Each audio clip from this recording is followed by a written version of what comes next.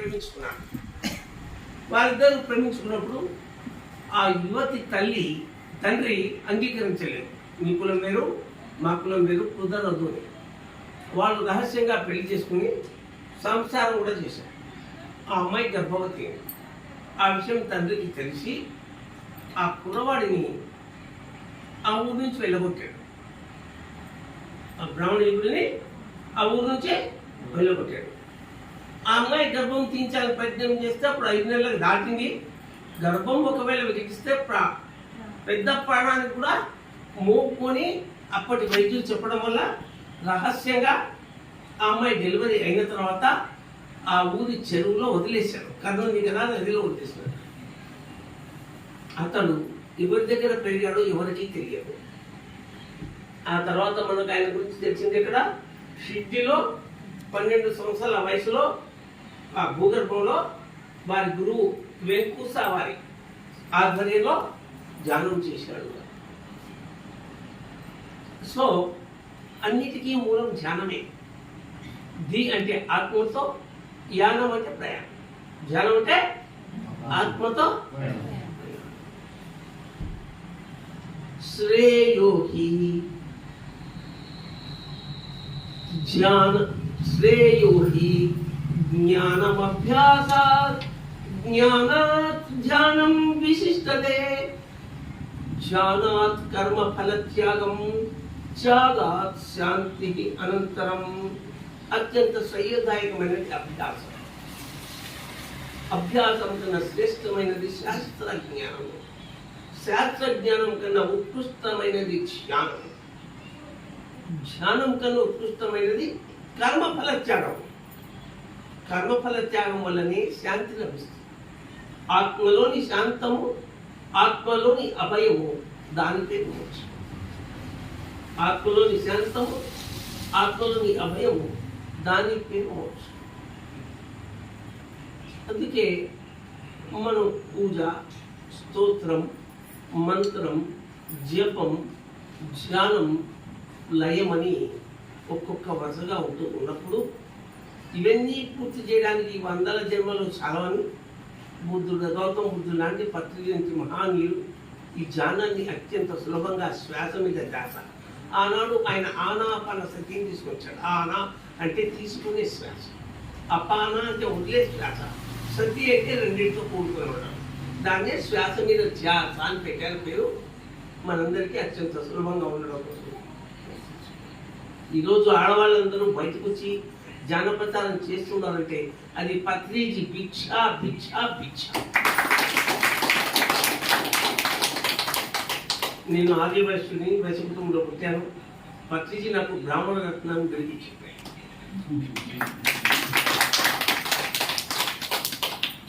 ఎలా సాధ్యమైంది ఇది? ఒక ఉత్తమ గురువు యొక్క సాంగత్యం, వారి భాషణం, వారి జ్ఞానం, వారి సంస్కారం, వారి ఉన్నతి, వారి యోగ్యత, వారి యొక్క అమోఘమైనటువంటి అపురూపమైనటువంటి ఆత్మశక్తి. కోటికి ఒకరే పుడతారు పుణ్యమూర్తులు, వారి కొరకే వస్తారు సూర్యచంద్రులు. అటువంటి వాడు పత్రిజీ.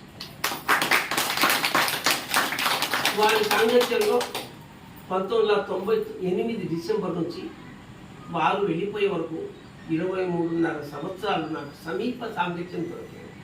ఈ జన్మలో చేసుకున్న భాగ్యం. మేము సికింద్రాబాద్లో ఉన్నప్పుడు 18 సంవత్సరాల్లో కనీసం సంవత్సరానికి 5 సార్లు 6 సార్లు మా ఇంటికి వచ్చారు. వారు ఇక్కడికి 100 కిలోమీటర్ల రేడియస్లో వారు ఎక్కడుంటే అక్కడికి వెళ్ళిపోయేవాళ్ళు. హైదరాబాద్లో ఉంటే వారితోనే నేను నా భార్య.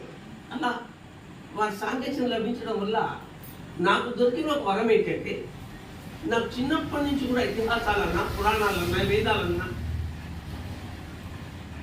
చాలా ఇష్టం. వాటి గురించి నేను బాగా స్టడీ చేశాను. నా క్లాస్లో పురాణ ప్రసక్తి లేకుండా క్లాసే ఉండదు. నాకు కలిగిన వరం ఏంటంటే, దుర్యోధను గురించి మాట్లాడుతుంటే దుర్యోధన కాన్షియస్నెస్ వచ్చి సబ్జెక్ట్ ఇస్తుంది. ఆంజనేయ స్వామి గురించి మాట్లాడుతుంటే ఆంజనేయ స్వామి వచ్చి సబ్జెక్ట్ ఇస్తాడు. ఆ విధంగా పుస్తకం 10%, మస్తకం 90%. పుస్తకం ఇది పుస్తకం, ఇది మస్తకం. ఇలా ఆంజనేయ స్వామి తన పంచముఖ శక్తిని గురించి చెప్పాడు. ఆంజనేయ దేవాలయం కదా, పర్వాలేదు. మీరు ఆంజనేయ స్వామి గురించి చెప్తారు, చెప్పనా? ఆంజనేయ స్వామి ముఖంలో 5 తలలు ఉంటాయి. మధ్యలో ఉన్న తల హనుమ, ఒకవైపు ఉన్న తల నరసింహస్వామి, మరొక వైపు ఉన్న తల గరుడ, ఇంకొక తల వరాహం, ఇంకొక తల అశ్వం. వరాహం గారు నరసింహం, హయగ్రీవం అంటేనే అశ్వం, గుర్రం. నరసింహం, హయగ్రీవం, గరుడం, నారసింహం. నరసింహం చెప్పుకున్నా కదా, వరా. ఓకే, మనం మన శరీరంలో 6 చక్రాలు, ఒక స్థితి ఉంది. మూలాధారం, స్వాధిష్టానం, మణిపురకం, అనాహతం, విశుద్ధం, ఆజ్ఞ. ఈ 6 చక్రాలు, ఇది స్థితి, స్టేటస్. దీన్ని సహస్రదళ కమలం అంటారు. సహస్ర ఆంజనేయ స్వామి సీతాదేవి అన్వేషణలో అంగదుని యొక్క మేనేజ్మెంట్లో దక్షిణ దిక్కుగా వెళ్తూ ఉంటాడు. సుగ్రీవుడు విధించిన 1 నెల రోజుల సమయం దాటిపోయింది, కానీ సీతాదేవి జాడకు ఉంటాయి. అలా వెళుతూ ఉన్నప్పుడు సీతాదేవి జాడకు జటాయువు నుంచి దక్షిణ దిక్కుగా రావణుడు ఎత్తుకుపోయాడు సీతాదేవిని తెలిస్తే దక్షిణ సముద్రం దగ్గర వచ్చి 1 నెల దాటింది, మనం ఎటుపక్క ఉందో లంక తెలియలేదు, ఇంకా మనం 1 నెల లోపల కనుక్కోకపోతే వాపస్ రండి, లేకపోతే మీకు అందరికీ తొలి శిక్ష అన్నాడు సుగ్రీవుడు. చాలా కఠినుడు సుగ్రీవుడు. మనందరం వాపస్ వెళ్ళడం కంటే ఇక్కడే ప్రాయపరిచయం చేద్దాం అన్నాడు ఒక వానరు. అంటే వీళ్ళందరూ ఇలా మాట్లాడుకుంటూ ఉంటే ఆ కొండ మీద సంపాతి అనేటువంటి ఒక గడ్డం, సంపాతి. ఈ సంపాతి ఎవరంటే జటాయు సోదరుడు. అతనికి రెక్కలు కాలిపోయాయి. ఇదంతా విని నేను మీకు సహాయం చేయగలను, నన్ను కిందికి దించండి అని అడిగాడు. అప్పుడు వానరులందరూ కలిసి వాళ్ళకి మహాబలార్జులు సంపాతిని కిందికి దించారు. దించితే అతనికి ఉన్నటువంటి ఒక వరం ఏంటంటే లాంగ్ వ్యూ, మనం థర్డ్ దివ్య నేత్రం. అతనుకున్న దివ్య నేత్రంతో అతను ఎంత దూరమైనా చూడగలడు, ఎంత దూరమైనా. అప్పుడు ఈ వానరులందరూ కలిసి ఆయన కిందికి దించినప్పుడు అతడు దక్షిణ దిక్కు పంపిస్తే ఎక్కడున్నా అని చూసినప్పుడు అతను లొకేట్ చేశాడు. వాళ్ళ చోట లంక ఉంది, ఆ లంకలో రావణుడు ఉన్నాడు, అక్కడ సీతాదేవి ఉంది. అతని లాంగ్ వ్యూ అనమాట అతన్ని. అది 40 మైళ్ళ దూరం, అంటే 100 యోజనాల దూరంలో ఉంది. 4 యోజనాలు 1 మైలు, 2.5 యోజనాలు 1 మైలు, 40 యోజనాల దూరంలో సీతాదేవిని నిర్ధారణ చేసి ఈ విషయం వాళ్ళకి చెప్పి ఆయన బాడీ వికెట్ చేశాడు, వెళ్ళిపోయాడు. అప్పుడు వీళ్ళందరూ కలిసి ఆ సంపాతి యొక్క శరీరాన్ని దహనం చేసి ఎవరు వెళ్ళాలి లంకకు? నలుడు అన్నాడు నేను 40 యోజనాలు దూకగలను, నీలుడు అన్నాడు నేను 50 యోజనాలు దూకగలను, అంగదుడు అన్నాడు నేను 100 యోజనాలు దూకగలను కానీ వాపసు రాలేను, జాంబవంతుడు అన్నాడు నేను 100 యోజనాలు దూకగలను రాగలను కానీ వృద్ధుడిని నేను వెళ్ళను అన్నాడు. వీళ్ళందరూ ఏం చేయాలనో అర్థం కాక కూర్చున్నారు. అప్పుడు ఆంజనేయ స్వామి హనుమ పక్కన కూర్చుని రామ్ రామ్ అను. అతను ఒక్కడే, అతనికి అతని శక్తి తెలియదు. మనందరికి కూడా మన శక్తి తెలియకపోతే మనల్ని ధ్యానంలోకి తీసుకొచ్చి మన శక్తిని ఎంత బయటకు తెచ్చితే ప్రార్థించి ఇట్లా అతని ఆత్మశక్తి అతనికి తెలియదు. అందరుండి నువ్వే నువ్వే నువ్వే నువ్వే రంగపడదే శ్రీ ఆంజనేయ ప్రసన్న దండక. ఆ దండకం అప్పుడే పుట్టింది సుందరకాండలో. హనుమాన్ చాలీసా కాదు, దండకం, ఆంజనేయ దండకం. హనుమాన్ చాలీసా రాసింది తులసిదాస్, అది వేరే సబ్జెక్ట్. అప్పుడు ఆంజనేయ స్వామి అందరు కలిసి ఒప్పించారు. అప్పుడు ఆయన తన కాలితో భూమి మీద ఇలా కొట్టాడట. ఇలా కొట్టినప్పుడు ఆ భూమి కంపించిందట. భూమి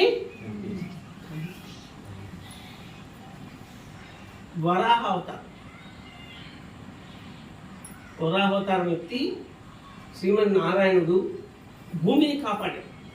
భూమి అక్కడ వరాహ తల వచ్చింది. అప్పుడు ఏం చేశాడు ఆయన? నీటి మీద ఎగిరి వెళ్ళాడు. నీటి మీద ఎగిరి వెళుతూ ఉంటే అతనికి నారసింహుని శిరస్సు వచ్చింది. నారములు అంటే నీళ్లు, జలం. నారసింహుడు అంటే జలానికి అధినేత. నారసింహస్వామి తల వచ్చింది. ఇంకా ముందుకెళ్ళి ఏం చేశాడు? గందరగోళం చేశాడు. అక్కడ గందరగోళం చేసి లంకను అంటించాడు. హయగ్రీవం తల వచ్చింది. హయగ్రీవం అంటే ఎనర్జీ, హార్స్ పవర్, గుర్రం. హార్స్ అంటే ఏమి? మోటార్లు ఉంటాయి మన 100 HP మోటార్లు, 150 HP మోటార్లు. తెలంగాణలో మన 600 HP మోటార్లు పెట్టారు కాళేశ్వరంలో. హార్స్ పవర్, అశ్వశక్తి, ఎనర్జీ. మణిపూరక చక్రం ఎనర్జీ అంటే గుర్రపు శక్తి, గుర్రపు తల వచ్చింది. ఇంకా ముందుకెళ్ళాడు స్వామి. వాయుపుత్రుడు. ఆ కాలంలో వాయువుతో సమానమైన బలం కలిగినవాడు ఒకడే ఒకడు, గరుత్మంతుడు. గరుత్మంతుడు వాయువుతో సమానమైన బలం కలిగినవాడు. ఆ గరుత్మంతుని యొక్క ఆత్మశక్తిని తనలో కలుపుకొని లంకను అధిగమించాడు. గరుడి తల వచ్చింది. గరుడి వెళ్ళాడు, సీతాదేవిని అన్వేషించాడు. స్వస్వరూపం, హనుమస్వరూపం ఉంది కదా, ఆ స్వరూపం అది విశుద్ధ చక్రం. వెళ్ళి అప్పుడు ఏం చేశాడు? రావణుడు వచ్చేదంతా గమనించాడిన బాల ఆంజనేయ స్వామి రూపంలో శిశుంప వృక్షం అన్నాడు. శిశుంప వృక్షం, ఆ వృక్షం పైన చిన్న కొద్దిగా ఉన్నాడు. అప్పుడు ఏం చేశాడంటే రావణుడు వచ్చాడు. వచ్చి 11 నెలలైంది నిన్ను నేను చెరబట్టి, నువ్వు నాకు లొంగలేదు, నీ రాముడు ఇంకా ఉన్నాడు అనుకుంటున్నావా? నువ్వు ఎప్పుడో వెళ్ళిపోయాడని ఒక కల్పిత గాథను సృష్టించారు. దాన్ని హోలోగ్రఫీ అంటారు. ఏమంటారు? హోలోగ్రఫీ. నక్షత్ర మిత్రులు పుస్తకం చదివితే తెలుస్తుంది. లేది ఉన్నట్టు చూపించడం. దాంట్లో రావణుడు ఇంద్రజిత్తు కలిసి శ్రీరాముడిని చంపినట్లు సృష్టించాడు. అది చూసి అమ్మ గజగజ వణికిపోయి ఏం చేయాలో అర్థం కాక స్పృహ తప్పిపోయే పరిస్థితికి వచ్చింది. నీకు మరొక నెల సమయం ఇస్తున్నాను, నువ్వు కనుక నాకు లొంగకపోతే నిన్ను మింగేస్తానన్నాడు ఆయన. ఎవరు? రావణుడు సీతాన్ని. వెళ్ళిపోయాడు. వెళ్ళిపోతే పైనుంచి ఏం చేస్తున్నాడు? ఎంత వింటున్నాడు. ఈమె కిందేసినట్టు ఆమె జడ చాలా పొడవైందిట. ఇక్కడి దాకా ఉండేది జడ. ఆ జడతో ఆమె చుట్టుకుని ఆత్మహత్య చేసుకోవాలనుకున్నాడు. అప్పుడు వెంటనే ఈ మహానుభావుడు పైన కూర్చుని దశరథుడు వంశం, ఇక్ష్వాకు వంశం, రఘువంశం, ఆ వంశం గురించి, ఆ వంశ పెద్దల గురించి చెప్తూ, సీతాదేవి గురించి మాట్లాడుతూ, రాముడి గురించి మాట్లాడుతూ, భరతుడి గురించి మాట్లాడుతూ, సుమిత్ర గురించి మాట్లాడుతూ, లక్ష్మణుడి గురించి మాట్లాడుతూ, వంశం గురించి, కైకేయి గురించి తప్ప అంతా మాట్లాడాడు. అప్పుడు ఆమె తెల్లించి చూసినప్పుడు వచ్చి ఎదురుగా కూర్చుని ఆ తల్లి దగ్గర కూర్చున్నప్పుడు ఇది కూడా రావణుని మాయా అని అడిగింది. కాదమ్మా, నేను హనుమను, రాముడి దూతను, నేను వాయువేగ మనోవేగాలతో లంకను అధిగమించి పంచభూతాలను జయించి ఇక్కడికి వచ్చాను తల్లి. కులాధారం, స్వధిష్టానం, మణిపూరకం, ఆంగం, యుక్తం, పంచభూతాలను జయించి ఇక్కడికి వచ్చాను అని అతను సుమధురమైనటువంటి మాటలతో ఆ తల్లిని అలరించాడు.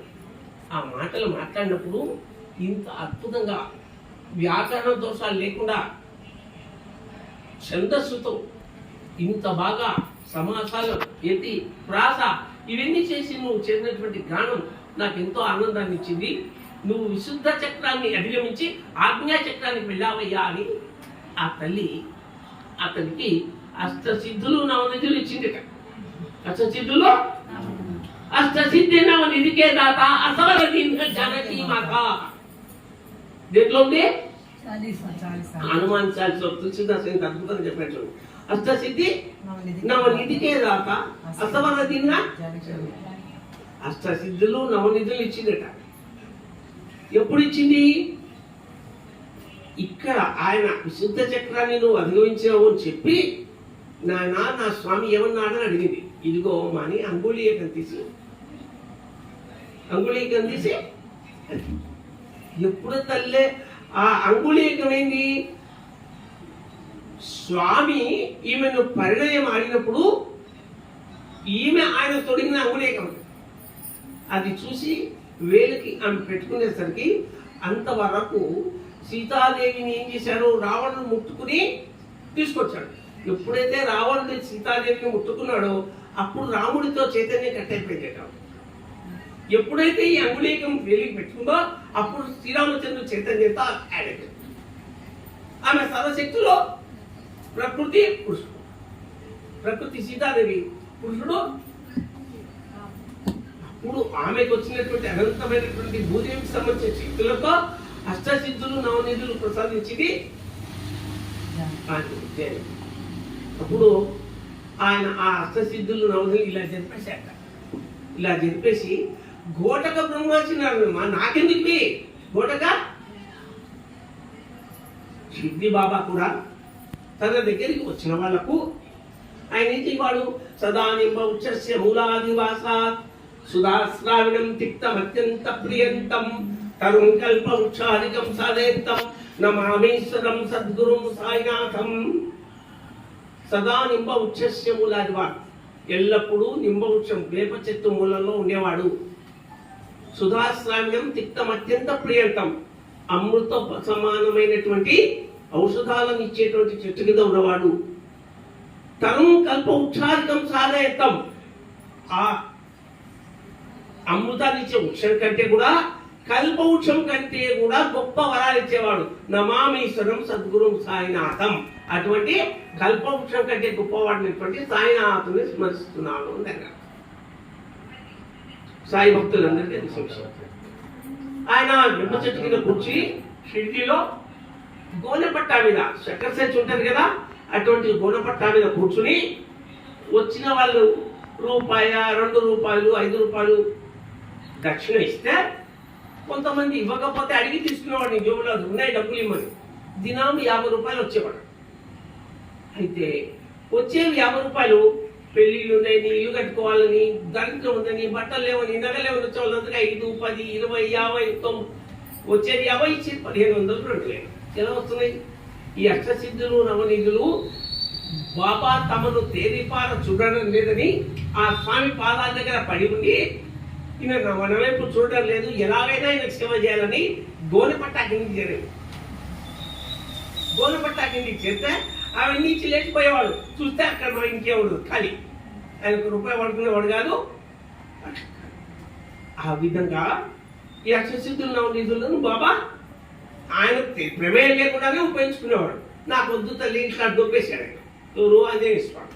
అప్పుడు ఆమె ఏమందంటే, నాయన నువ్వు ఆజ్ఞా చక్రాన్ని కూడా అధిగమించావు, నీవు సహస్రాన్ని పొందావు, తీసుకొని తన సహస్రంలో చూడమని దేశానికి ఇచ్చిందట.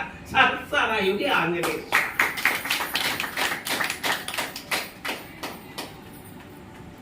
కుండలించి కుండలి నాడించి జమిలి మోతనాగా స్వరము రూప నాకు పాము లేచి నాట్యము చేయు కాళికాంబ హంస కాళికాంబ. వీరబ్రహ్మేంద్ర స్వామి ఎంత అద్భుతంగా చెప్పాడు. కండ కుండలించి, కండ మానవ శరీరం, కుండ మణిపుర చక్రం. ధ్యానం చేసినప్పుడు విశ్వశక్తి ఆవాహన, మనసు శూన్యమై విశ్వశక్తి ఆవాహనం కలిగి ఆ విశ్వశక్తి మన శరీరంలో ఉన్న ప్రాణశక్తితో జత కలిసి ఆ విశ్వమయ ప్రాణశక్తి పైనుంచి కిందికి ఇలా వెళ్ళి మూలాధారంలో 3.5 చుట్టలు చుట్టుకుని పడుకున్నటువంటి కుండలిని శక్తిని ప్రేరేపిస్తుందట. ఈ కుండలిని శక్తి ఎలా ఉంటుంది? ఈ కుండలి శక్తి ఎలా ఉంటుంది?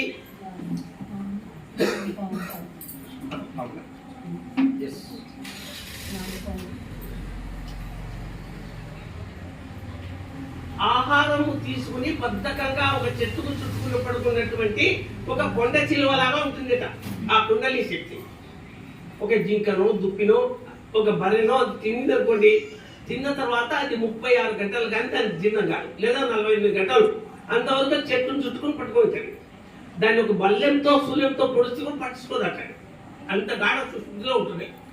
అలా ప్రేరేపణ లేని మన కుండలి శక్తి మన మూలాధారంలో అలా బద్ధకంగా ఉంటుంది.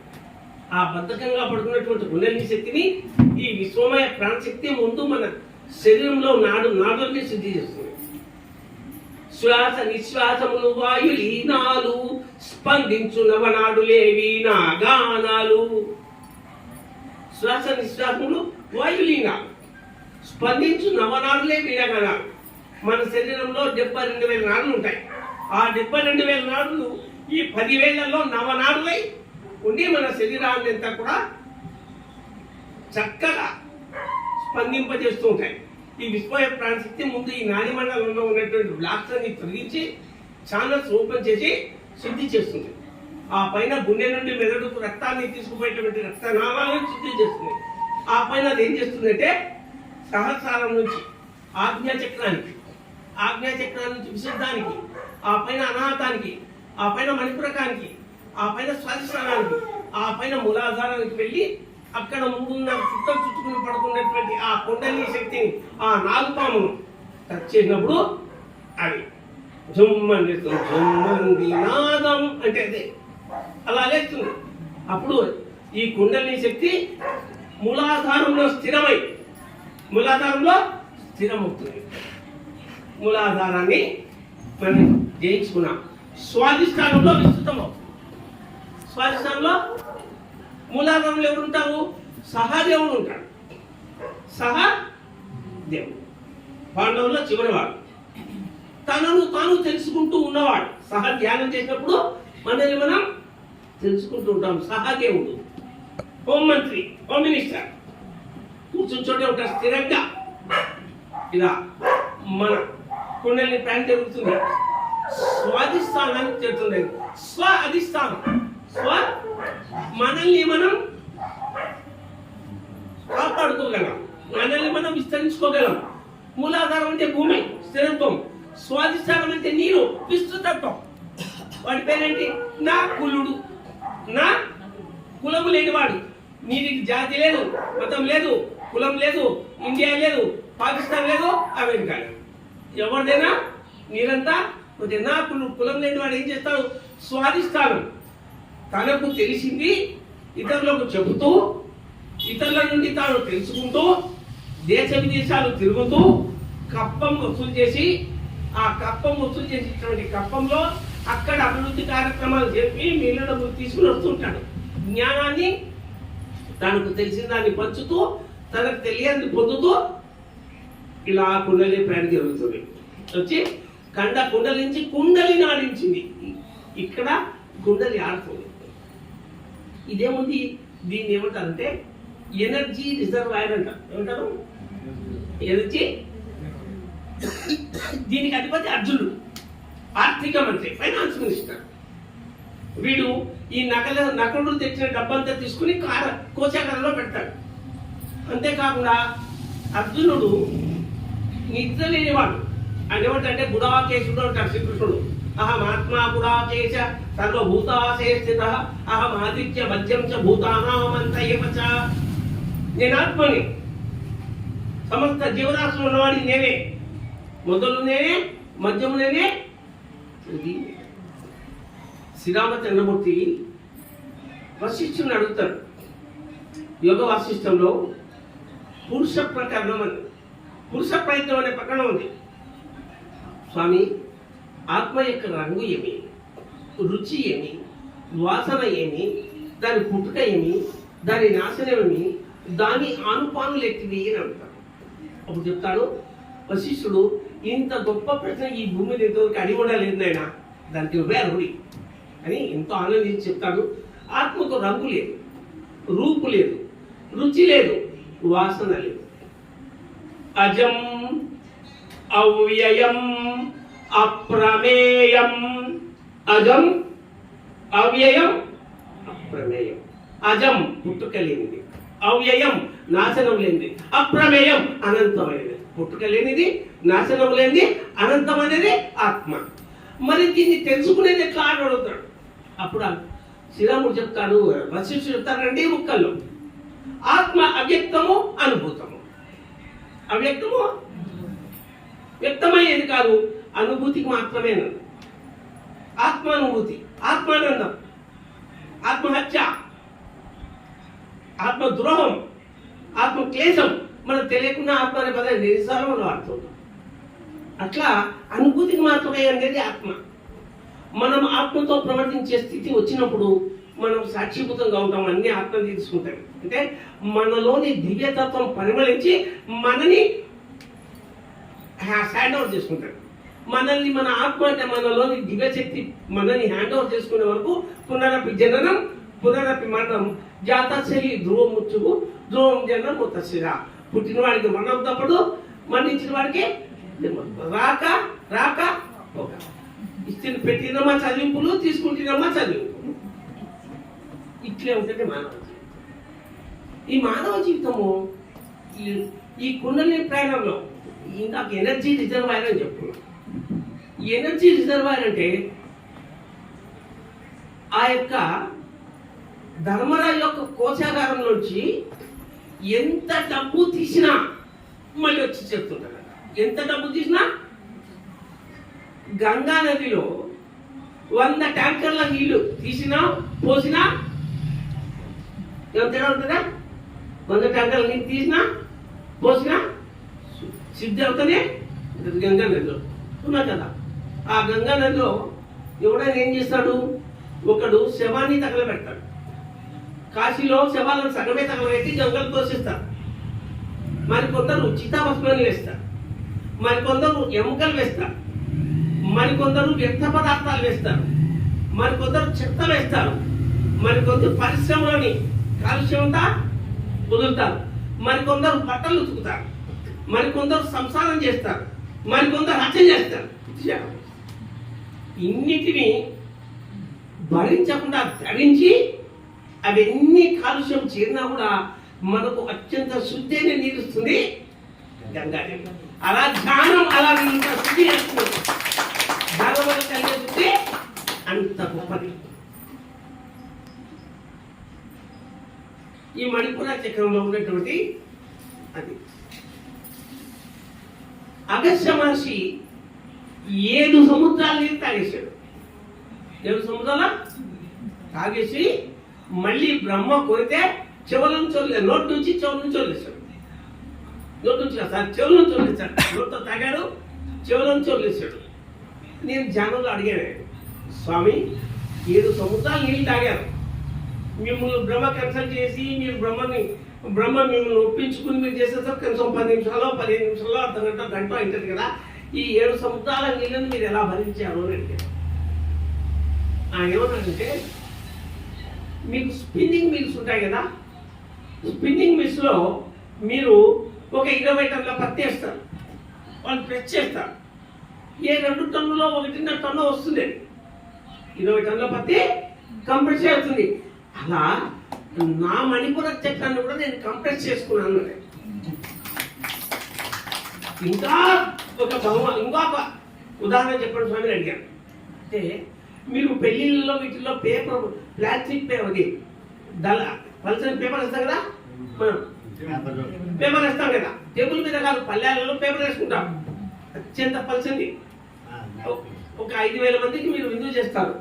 ఈ 5,000 మంది 5,000 పేపర్లు కలిసి ఎంత ఉంటుంది? ఇంతే ఉంటుంది. ఆ విధంగా కంప్రెస్ చేశాను నేను నా మణిపుర చక్రాన్ని అన్నాడు. అట్లా ధ్యానము చేసి మనం మన లోపల ఎంత శక్తినైనా ఇముడ్చుకోవచ్చు. కుండలించి కుండలి నాటించి ఇక్కడ కుండలి ఆడడం మొదలు పెడుతుంది. ఇందాక చెప్పుకున్నాం చుమ్మంది నాదం అని కుండలి ఆడడం మొదలుతుంది. ఈ కుండలి ఆడటం మొదలుపెడితే అది ఎలా ఉంటుందట, 2 పాములు, ఒక నాగుపాము కానీ ఒక జెర్రీ కానీ లేదా 2 నాగుపాములు కానీ అవి సృష్టికార్యం చేయాలి అన్నప్పుడు మనుషులు చేసే సృష్టికారం సేవాకారంలో ఉంటుంది అవునా. కానీ ఆ 2 పాములు చేసే సృష్టికార్యం ఎలా ఉంటుంది, ఇలా దాన్నే పాము కోరుకోవడం అంటారు. పాము అవునా. ఆ విధంగా 2 DNA మనతోటి కుండలి శక్తి 2 DNAగా మారి ఆ 2 DNA మూలాధారంలో 2, స్వాధిష్టానంలో 4, మణిపూరకంలో 8 ఇట్లా పెరుగుతూ పోతుంది. అలా ఆ DNA ప్రయాణం చేస్తుంటే అంటే కుండలి శక్తి ప్రయాణం చేస్తుంటే నాగుపాము మనం ఫ్లూట్ వాయిస్తే పత్రిజీ ఫ్లూట్ వాయిస్తే ఎలా సౌండ్ వస్తుంది, అటువంటి సౌండ్ వస్తుందట. అట్లా ఉండి జమిలి మోత, ఇందాక జమిలి మోత 2 పాము, జమిలి అంటే 2, జమిలి మోత నాగ స్వరం రూప మణిపూర్ నుంచి అనాథం చెడి.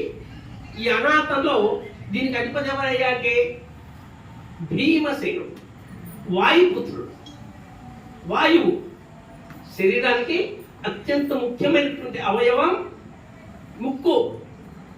ఒకసారి మన శరీరంలో ఉన్న అవయవాలన్నీ నేను గొప్ప అంటే నేను గొప్ప అంటాయిట.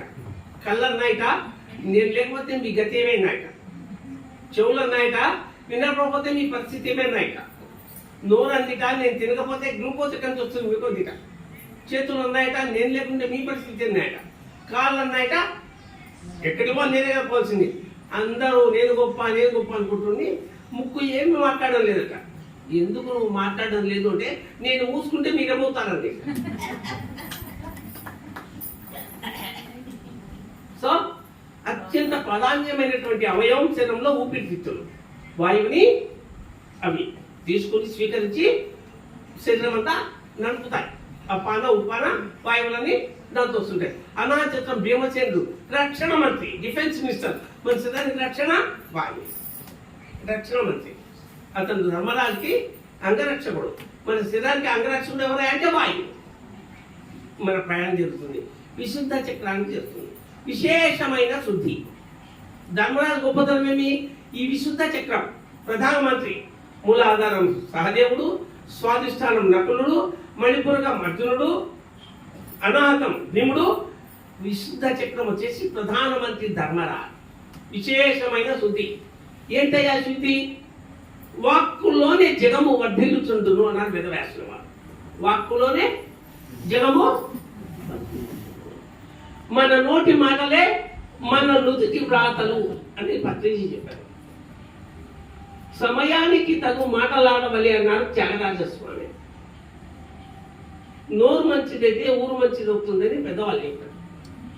పెద్దవి దాటితే పృథ్వీ దాడుతుంది అని చెప్తారు. కనుక ఇంకా ఏం చెప్తాను వేదవ్యాసుడు, వాక్కు అగ్నిముఖం. వాక్కు అగ్నిముఖం. యజ్ఞం చేసుకోవచ్చు, వంట చేసుకోవచ్చు, నీళ్లు కాచుకోవచ్చు, శవాన్ని దహనం చేయొచ్చు, అడవిని తగలగొట్టవచ్చు, సర్వనాశనం చేయొచ్చు. అవునా? మన వాక్కు అంత పవర్ఫుల్. నువ్వు కాపాడుకుంటావా, నిన్ను నువ్వు నాశనం చేసుకుని అందరినీ నాశనం చేస్తావా? సో ధర్మరాజు గొప్పతనం ఏంటి? సత్యవా. సత్య అదే విశుద్ధ చక్రం. విశేషమైన మన శరీరంలో 6 చక్రాలు, ఒక స్థితి ఉంది అని చెప్పుకున్నాం కదా. మూలాధారం, స్వాధిష్టానం, మణిపూరకం. ఈ 3 మానవ చక్రాలు. ఏం చక్రాలు? Human chakras. విశుద్ధం, ఆజ్ఞ, శాస్త్రానం. ఈ 3 దైవ చక్రాలు. మధ్యన దీన్ని తటస్థ చక్రం అంటారు. న్యూట్రల్ చక్ర. న్యూట్రల్ ఇది అనాథం, మౌనం.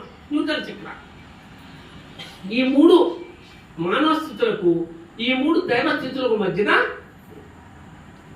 దీన్ని దాటి ఇక్కడికి వస్తే వాళ్ళు ఏమంటారంటే క్రీస్తు పునరుద్ధానం అంటారు. క్రీస్తు సిలువేసింది అనాథ చక్రం. క్రీస్తు పునరుద్ధానం అంటారు. సదానంద యోగి పత్రిజీ ఏమన్నారంటే ద్విజుడు జ్ఞాన శరీరాన్ని ధరించు. 2వ శరీరం ద్విజుడు, 2వ జన్మ. ద్విజుడు అంటే జ్ఞాన శరీరాన్ని. అని వేదవ్యాసుడు చెప్పాడు. పత్రిజీ తన సదాలో ఏం చెప్పారంటే మాంసపిండం అయింది అంటాం. మాంసపిండం ఇక్కడ నుంచి ఇక్కడ ప్రమోట్ అయితే మనం బీజులో మంత్రపిండం ఇలా మన కుండలి ప్రాణం చేయండి, ఆజ్ఞ చక్రం చేయండి. ఈ విశుద్ధ చక్రం ఏమంటారంటే బాల త్రిపుర సుందరి అంటారు. అంటారు బాల 2, 4, 8, 12, 16. మూలాధారం 2, స్వాధిష్టానం 4, మణిపురకం 8, అనాథం 12, విశుద్ధం 16. బాలా త్రిపుర సుందరి మంత్రంలో చెక్ చేసుకోండి, 16 అక్షరాలు 16 షోడశ కళా ప్రపూర్ణ అంటారు. బాలా త్రిపుర సుందరి దేవి విశుద్ధ చక్రం. బాలా త్రిపుర సుందరి, లలితా త్రిపుర సుందరి, లలిత రాజరాజేశ్వరి, నారాయణ హరి నారాయణ శ్రీమన్నారాయణ. పత్రిజీ నారాయణ హరి నారాయణ శ్రీమన్నారాయణ లక్ష్మీనారాయణ అనే పాట పాడినప్పుడు ఏంటబ్బా మళ్ళీ ఇవన్నీ చెప్తున్నాడు అనుకున్నాను. వారం రోజులు కింద మీద పడినా ఏంటి దీంట్లో అంతరార్థం అని. వారం రోజులు కింద మీద పడిన తర్వాత ధ్యానంలో నాకు అర్థమైంది. నారాయణ అంటే తన చుట్టూ తాను తిరుగుతూ తనను తాను తెలుసుకుంటున్నవాడు నారాయణ. నర ఆయనం అంటే తినడం, ఉత్తరాయణం దక్షిణాయనం తినడం. నరుడు తన చుట్టూ తాను తిరుగుతూ తనను తాను తెలుసుకుంటూ ఉన్నటువంటి స్థితి, తెలుసుకున్న స్థితిని నారాయణ స్థితి అంటారు. దాన్ని బాల త్రిపుర సుందరి స్థితి అంటారు. ఇది లలిత త్రిపుర సుందరి స్థితి లేదా హరినారాయణ స్థితి. హరి త్రిపురాలు అంటే past, present, future. Brahma Vishnu Maheshwara, Saraswati Lakshmi Parvati. Past, present, Brahma Vishnu Maheshwara, Saraswati Lakshmi Tripura, లలిత త్రిపుర సుందరి లేదా హరినారాయణ. ఈ హరినారాయణ ఏం చేస్తాడు? బ్రహ్మ సృష్టిస్తాడు, బ్రహ్మ సృష్టిస్తాడు, విష్ణువు పోషిస్తాడు, విష్ణువు పోషిస్తాడు. మనందరికీ పనులను బాధ్యతలను కేటాయించేవారెవరయ్యా? హరినారాయణుడు. మనకందరికీ బాధ్యతలను కేటాయించి దానికి తగినటువంటి వేతనం మనకి ఇస్తుంది.